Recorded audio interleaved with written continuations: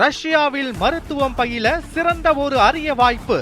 வெளிநாடுகளில் மருத்துவம் பயில சிறந்த முறையில் உதவுகிறது ஏஜே ட்ரஸ்ட் கல்வி குழுமம். இஸ்ரேல் மீது ஈரான் ராணுவம் ஏவுகணை தாக்குதல் நடத்தியிருப்பது பதற்றத்தை ஏற்படுத்தியுள்ளது. கடந்த ஏப்ரல் மாதத்தில் இருந்து இஸ்ரேல் ஈரான் இடையே எந்த தாக்குதல்களும் நடைபெறவில்லை.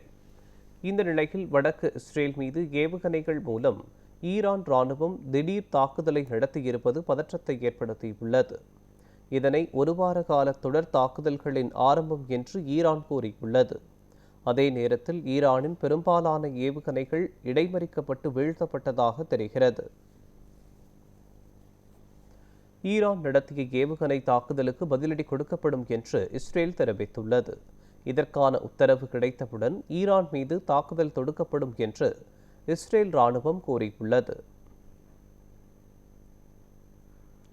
இதனிடையே ஈரான் நடத்திய ஏவுகணை தாக்குதல்களுக்கு பதிலடி கொடுக்க வேண்டாம் என இஸ்ரேலை அமெரிக்க அதிபர் ட்ரம்ப் வலியுறுத்தியுள்ளதாக பல ஊடகங்கள் தெரிவித்துள்ளன.